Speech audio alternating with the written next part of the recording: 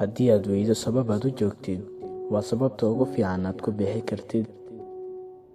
dadka ku nacab waxay arkayaan adigoo biyaha ku dul socda waxayna dhahayaan sababtoo ah ma taqaanid dabaal. ha ka ogolaan inay kula dhaqmaan si liidata keliya inaad jeceshahay darteed. markii uu kugu dhaco jacayl waxaad u dhoola-cadayn doontaa si joogto ah adigoo ilmaynaya. ha yasin kuwa aamusan, dhab ahaantii waa iyaga kuwa fakera. waxaad tegi doontaa booskii aad ku haminaysay weligaa, laakiin aamin naftaada. ogow qoraxdu waa keli, laakiin waxay ifisaa dunida oo dhan.